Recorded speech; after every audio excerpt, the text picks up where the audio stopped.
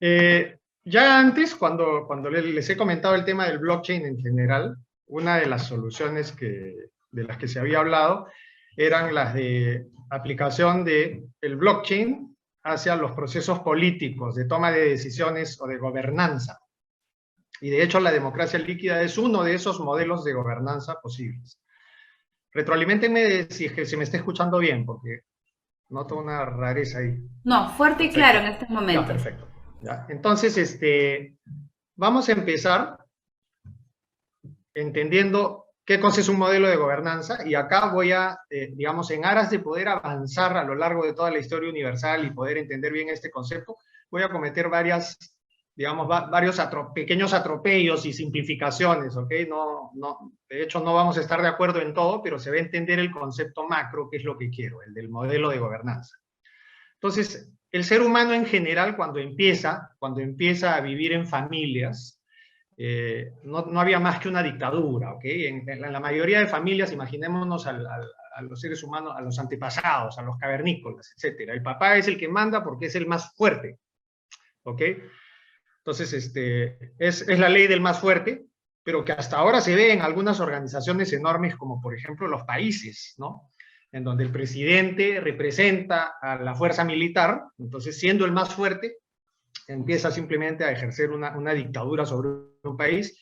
Finalmente se resume a que es la ley del más fuerte la que define la dictadura, y con el tiempo la misma evolución del hombre que lo lleva a dominar la agricultura sedentaria o a dominar el hecho de que podía crear sus propios animales, deja de ser un nómade y empieza a tener tribus que empiezan a ser pueblos, porque al dejar de ser un nómade vivían juntos, más de 40, más de 100, más de 800 personas, y entonces se empiezan a dar cuenta que el conjunto de hombres, todavía no se les daba mucha bola a las mujeres, pero el conjunto de hombres necesitaba ponerse de acuerdo en varias cosas para el bien común, o tomar decisiones que iban a afectar a todo el pueblo, ¿no? Y entonces ahí empieza, bueno, en Grecia, en fin, se crea la democracia, que al comienzo se entiende solamente por el hecho de que tomar en cuenta la opinión de la gente, ¿no? Y entonces esta democracia puede ser representativa en el hecho de que cada cierto tiempo escoges a un conjunto de personas que van a tomar la decisión, o puede ser directa, en donde te involucras directamente, o todo el pueblo se involucra directamente en la toma de decisiones, y empiezan a haber lógicas como la mayoría simple. O sea, ¿cómo se toma una decisión? Ok, la mayoría simple, ¿no? El conjunto de gente más grande que opina de una manera, de esa manera va a ser válido para todo el resto de personas. O el 51%. Pero ojo con la primera discusión. ¿Por qué el 51%? Ah, porque se supone que es la mayor cantidad de fuerza, porque la otra mitad sería 49%. Pero en el mundo de las ondas, no es 51% la idea que siempre impera. Puede ser desde el 33, 34%. Y en fin, empieza un montón de discusiones sobre diferentes modelos de gobernanza. Entonces sigue pasando el tiempo y ojo con esta primera pregunta que se crea, ¿no? Imagínense que nosotros, digamos, los 15 miembros de Colaborando, fuéramos un directorio de una empresa multinacional. Y ojo que como directores estaríamos muy bien, porque tenemos gente de todo tipo de sectores, de pensamientos diferentes, hay gente de habilidades blandas, hay gente técnica, tenemos una buena mezcla como para ser un directorio heterogéneo y eficaz, ¿no? Pero ¿cómo tomaríamos las decisiones? Tal vez por mayoría simple, o tal vez por mayoría simple, pero para algunos casos, si es que es un tema de habilidades blandas, pues tal vez el voto de Patty o de Giovanita o de Angélica podría pesar un poco más que el voto de un Guillermo Smith o de un Jaime Diego, que son más técnicos, ¿no? Entonces empieza a volverse complejo, sobre todo cuando empieza luego a haber participación accionarial, y este es otro tipo de modelo de gobernanza. Ya uno no pesa por ser una persona igual que otra, sino pesa por la cantidad de acciones o de participación que tienes en una empresa u organización. Empieza la discusión del voto secreto. ¿Para qué sirve el voto secreto? Específicamente el voto secreto sirve para que no sea coaccionable. Y por ejemplo, en países como el Perú, el voto por el presidencial es secreto, pero paradójicamente los votos que se dan todos los días en el Congreso no son secretos y son coaccionables. Hay puja, ¿okay? Hay convencimiento, hay mafias que al final dirigen tu voto. El voto en un Congreso debería ser secreto. Eso lo dejo para un análisis posterior. Luego los modelos de gobernanza, ¿no? Y repito, el modelo de gobernanza sirve para que las personas y las organizaciones tomen decisiones que luego impactan en el grupo completo de personas, ¿no? Pueden ser simples para una empresa, o imagínense para colaborando, ¿no? Podemos tomar la decisión y simplemente el modelo es bien simple, mayoría gana, ¿no? Es una regla fácil de entender. Pero cuando ya tienes un país, un modelo de gobernanza es súper complejo y puede cambiar por la parte geográfica, y tal vez el modelo de gobernanza es distinto en la costa que en la sierra o en la selva, o por temas. Los temas de educación se modelan de manera diferente que los temas que tienen que ver con transporte, y etcétera, ¿no? Se van volviendo complejos mientras la organización de gente se hace más grande también. Existe algo que se llama el poder de veto. ¿Se han puesto a pensar por qué en algunas organizaciones enormes existe el poder de veto? O sea, ¿por qué Estados Unidos tiene poder de veto en algunas decisiones que toma las Naciones Unidas? También lo dejo de tarea porque acá lo que queremos entender solamente es qué cosa es un modelo de gobernanza, ¿no? Leyes con rangos. Imagínense que sacamos una ley que diga, oye, vamos a bajar el impuesto a la renta en el Perú. Es una ley que dice que se va a bajar a 20% en vez de 30%. ¿Ya? Pero es muy distinto someter una ley a votación cuando solamente dices, la vamos a bajar a 20% y tienes que votar a favor o en contra, que cuando dices, la vamos a bajar a 20, pero también hay otra opción de bajarla a 24, y también hay otra opción de bajarla a 18, y empiezas a establecer un conjunto de rangos. Y entonces en ese tipo de votaciones nunca va a haber una mayoría absoluta. Va a haber un degradé, ¿no? Va a ser una distribución estadística.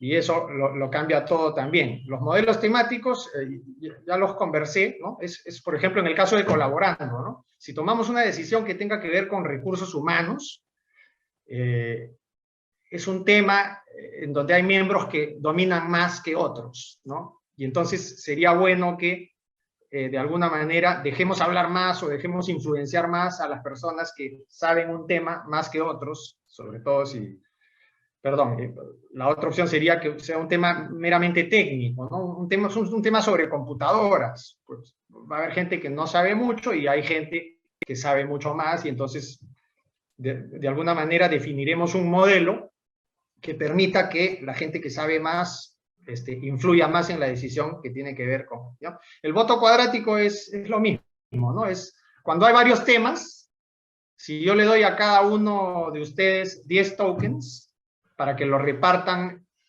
en los diferentes temas que existen, es una opción el poder concentrar tus votos en el tema que más dominas, ¿no? Y olvidarte de los temas que no dominas, ¿no? Entonces, el voto cuadrático es un algoritmo que simplemente cuando concentras más tus huevos en la misma canasta, te premia dándote el cuadrado de los votos que pusiste, ¿no? Entonces, si pones un voto, 1 al cuadrado es 1, vales por 1 y ya. Pero si pones dos tokens a favor de una ley o lo que sea, el 2 al cuadrado es 4 y 3 al cuadrado es 9. Entonces, mientras más huevos pongas en la misma canasta porque te sientes más seguro de algún tema, en perjuicio de los demás temas para los que ya no vas a tener voto, se te va premiando con el cuadrado de los votos que pones, ¿no? Entonces, toda esta maraña de algoritmos y de reglas, en el fondo, cuando uno diseña un modelo de gobernanza, uno tiene que pensar en qué objetivo tiene el modelo de gobernanza, que es algo que la gente no ha pensado mucho. Incluso si buscan en internet ahorita objetivos de un modelo de gobernanza, no se encuentran ni muchos artículos, ni muchos papers, ni siquiera muchos hits. ¿Ok? No es algo en lo que hemos pensado mucho, el tema de cuál es el objetivo de un modelo de gobernanza. pero más o menos que el objetivo siempre suele ser, y de nuevo enfoquémonos en el grupo de colaborando, ¿no? Si en este grupo quisiéramos tomar decisiones, lo más probable es que querramos hacer un modelo de gobernanza con el que logremos extraer la mayor cantidad de conocimientos, de sabiduría. O sea, lo que queremos es tomar decisiones correctas. De manera que vamos a buscar la forma de que de este grupo heterogéneo, ¿ok?, de profesionales que somos, salga siempre la mejor decisión, ¿no? La que impacte en mayor valor para todos nosotros. Y entonces ahí es donde nos vamos a dar cuenta que no simplemente es el 51% o la mayoría simple, sino que hay que sacarle el jugo a quien tiene los conocimientos de un tipo y a quien tiene los conocimientos de otro. Entonces ahí es donde se va volviendo complejo un modelo de gobernanza. ¿Ya? Y una de las cosas que se ha pensado ahora que con el blockchain está empezando a haber una revolución, porque ahora los modelos de gobernanza se pueden escribir en smart contracts y entonces se vuelven inviolables, incorruptibles. Y una de las cosas que nos hemos empezado a dar cuenta es que la gente piensa de manera tan diferente que tal vez cada ley o cada decisión necesita un modelo de gobernanza diferente para ser sometida a votación. O sea, que tú digas algo así como, oye, para las leyes que tengan que ver con educación, solamente vale que voten los padres que tienen hijos, porque la verdad que los demás no lo tienen tan claro lo importante de la educación. O tal vez para las leyes que tengan que ver con el tema de los feminicidios, pucha, el voto de las mujeres va a valer el doble que el voto de los hombres. Me estoy inventando modelos de gobernanza un poco forzados solamente para forzar el entendimiento de que un solo modelo de gobernanza no va a servir para todos los temas. Se va a partir. Hay un tema que necesita un modelo de gobernanza y otro tema necesita otro modelo de gobernanza. Y entonces, cuando nos hemos empezado a sentir perdidos, es que nos damos cuenta que tal vez, el primer modelo de gobernanza va a ser uno de democracia líquida. Y es un tal vez, entre comillas, bien grandazo, porque no estamos seguros de nada, ¿ya? Pero tenemos que encontrar modelos de gobernanza para que el mundo funcione. Y por el mundo me refiero a los países, que son organizaciones enormes de gente heterogénea, pero también a las organizaciones más chicas como las empresas, en donde son suficientemente grandes para que haya heterogeneidad en su interior. Y también en las organizaciones aún más pequeñas como las juntas vecinales o como las asociaciones de diversos temas dentro de los países, que son grupos de 200 personas, y con 200 personas es suficiente para que sea difícil ponerse de acuerdo. Entonces, la democracia líquida, y esta es una opinión muy personal, es lo que queda cuando nadie se puede poner de acuerdo. O sea, es lo primero que se ve cuando realmente, pucha, no se sabe qué modelo de gobernanza tener y todo.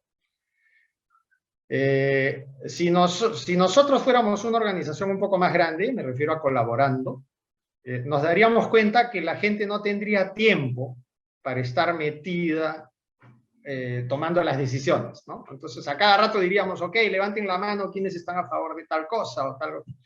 Y habría gente que, pucha, está perdida, no escuchó la explicación, nadie tiene tiempo para estar al pie del cañón todo el día. Y entonces, lo más probable es que cuando tomemos una decisión que tenga que ver con habilidades blandas o recursos humanos, si yo al menos no tengo tiempo o no tengo los conocimientos necesarios para tomar una decisión, digamos, bien pensada, lo más probable es que me apoye en alguien en quien confío. Por ejemplo, en el caso de habilidades blandas, confío o en Giovanna, o en Angélica, o en Patti, ¿no? Pero un día la misma organización queremos comprar un servicio de cloud. Y entonces hay que tomar una decisión, y sería bien absurdo hacer una decisión así simplona de hoy, mayoría simple o lo que diga la mayoría, porque sabemos que, por ejemplo, Guillermo Smith conoce mucho el tema de servicios de cloud. Y entonces, o tal vez Jaime Diego, o tal vez mi persona, ¿no? Entonces, lo más probable es que haya gente dentro del grupo de colaborando que se deje sugerir por nosotros. ¿ok? Algunos confiarán en Guillermo Smith, otros tendrán una opinión, digamos, me darán la razón a mí, y entonces lo que vemos en pantalla es lo que se forma cuando empieza a haber democracia líquida. O sea, tú puedes ser de los que votan directamente por algo, ¿ok? Y de nuevo, imaginemos la democracia líquida no solo para una organización, sino para un país, para una cosa enorme, o para una junta vecinal de 10 vecinos que se quieren poner de acuerdo en algo, ¿ok? Funciona para todo, ¿no? Entonces, la lógica fundamental es de que tú puedes votar por cualquier propuesta, ¿no? Pero también, si no tienes el tiempo ni el conocimiento para hacerlo, tú puedes delegarle tu voto a alguien en quien confías. Puede ser que en la zona geográfica en donde vives hay una persona que es inteligentísima y que todo el mundo sabe que es honrado y se quiere meter en política, y entonces tal vez todas las personas que viven cerca de este señor y que lo conocen van a terminar delegándole su voto. Pero este señor, a su vez, para otros temas que él no domina, le delegará su voto a alguien. Y entonces lo que se empieza a formar son unas redes de confianza que van acumulando el poder de voto de las personas hacia los que están arriba, ¿no? Entonces, ese personaje que vemos arriba a la derecha representa 50 votos, que son los de toda su red. Y el personaje que está a la izquierda representa 22 votos, que son la acumulación de todos los votos de la gente que confía en alguien, que confía en alguien, que confía en él, ¿no? Y en un esquema de democracia líquida, en cualquier momento puedes cambiar tu posición en la red. O sea, yo ya no confío en él porque acabo de ver que sacaron un tema de corrupción en la televisión. Me cambio, ¿ok? Ahora ya le cedo mi voto a este otro personaje, ¿ok? A este otro personaje que puede ser alguien que ya trabaja en el Congreso, ¿ok? O sea, los congresistas podrían tener las redes de personas que le ceden su voto en cada momento. Entonces, la idea un poco es entender que esta red de democracia líquida se va moviendo en todo momento. Nunca está quieta, ¿ya? Entonces, cuando se aprueba una ley es porque las personas que acumulan la mayor cantidad de votos, pues votan con el peso de todos los votos que acumulan, votan a favor o en contra de una ley. Y esto genera también la posibilidad de que en vez de esperar cada 4 años para poner a un grupo de representantes que luego te terminan robando y olvidándose de los intereses del país, esto puede ser continuo, ¿ok? Puede ser cada año, puede ser cada 6 meses, puede ser en cada instante. O sea, ya no necesitas tener elecciones cada 4 años o elegir al Congreso cada 4 años, sino que en todo momento van habiendo personas que representan a cada vez más gente, y tal vez cuando representes a más de 5.000 personas a nivel nacional, ya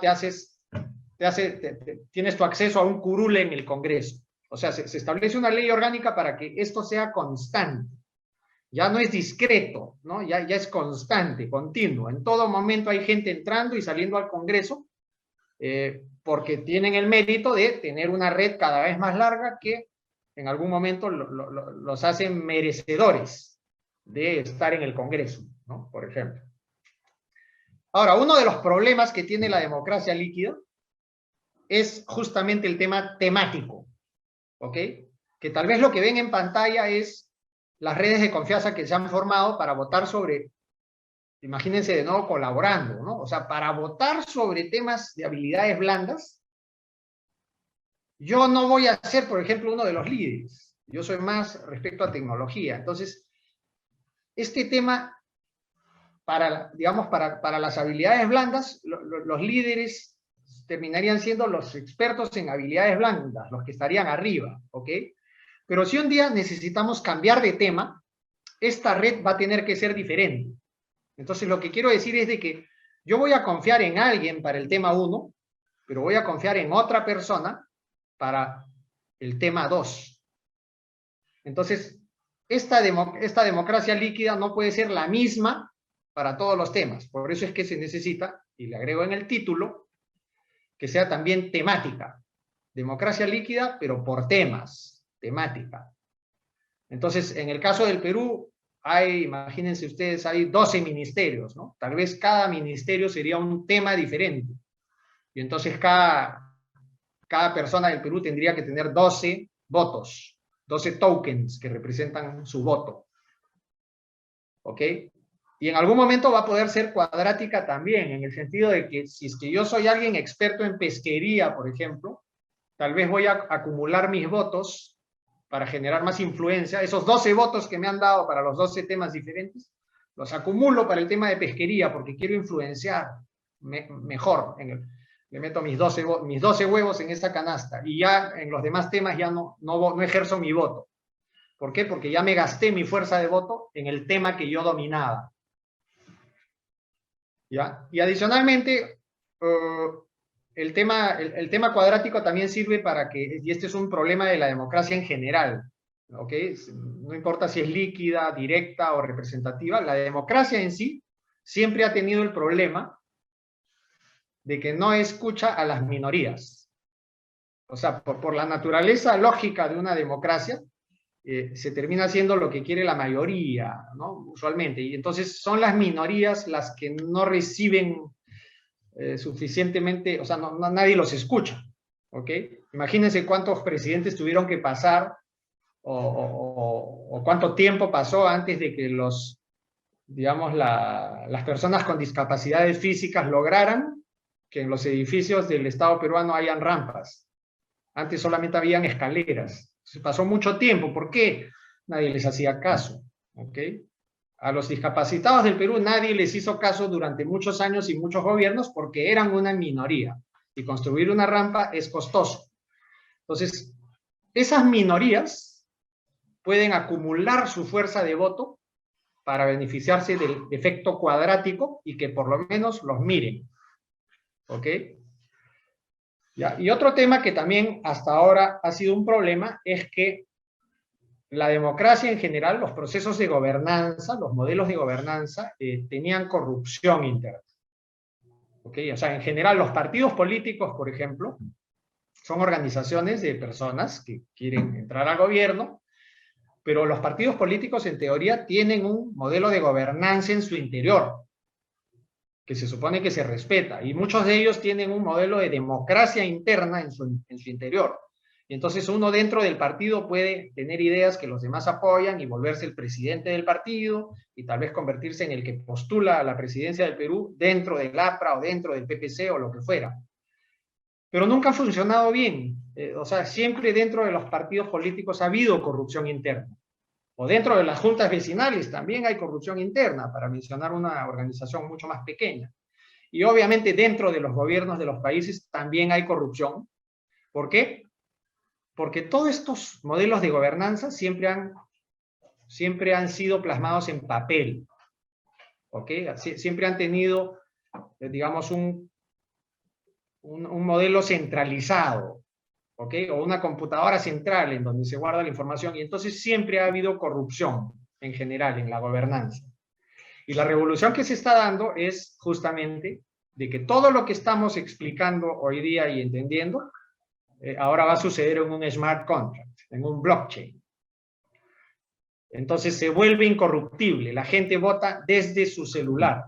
¿Ok? El proceso electoral peruano completo puede entrar en una DAO. Ahí en el título pongo DAO, que significa Decentralized Autonomous Organization, que es justamente de esto de lo que estamos hablando, ¿no? Es los modelos de gobernanza en el blockchain, ¿no? La palabra DAO la pueden buscar en YouTube y van a encontrar miles de videos explicativos y de casos de uso y de las cosas que se están haciendo en Europa, porque esto está haciendo una revolución pacífica, pero que está avanzando a gran velocidad, ¿no? La cantidad de DAOs que hay en el mundo en este momento. Entonces, ese es un poco, o sea, el motivo por el que esto es importante en este momento es porque existe el blockchain. Y entonces esas DAOs, o esos modelos de gobernanza de países, de organizaciones, de empresas o de lo que fuera, están empezando a ser incorruptibles. Y otra cosa que también está empezando a ser incorruptible, digamos, las DAOs más incorruptibles, las primeras que se han visto son las que justamente se están haciendo del gobierno de los negocios en Internet. ¿Ok? O sea, ese nuevo Facebook que está saliendo va a tener una DAO, un modelo de gobernanza que funciona sin corrupción. O ese nuevo Twitter, o ese nuevo WhatsApp, o esa nueva bolsa de valores, o sea, todo lo que, o esos nuevos bancos que están saliendo, ¿no? El Decentralized Finance, todo eso, como lo explicamos la vez pasada, o sea, está gobernado por un conjunto de personas que desde su celular o desde su computadora, de manera incorruptible, toman decisiones, ¿no? Entonces, básicamente, eso es lo que les quería exponer hoy día. Muchas gracias por su atención. Cualquier pregunta, soy todo oídos.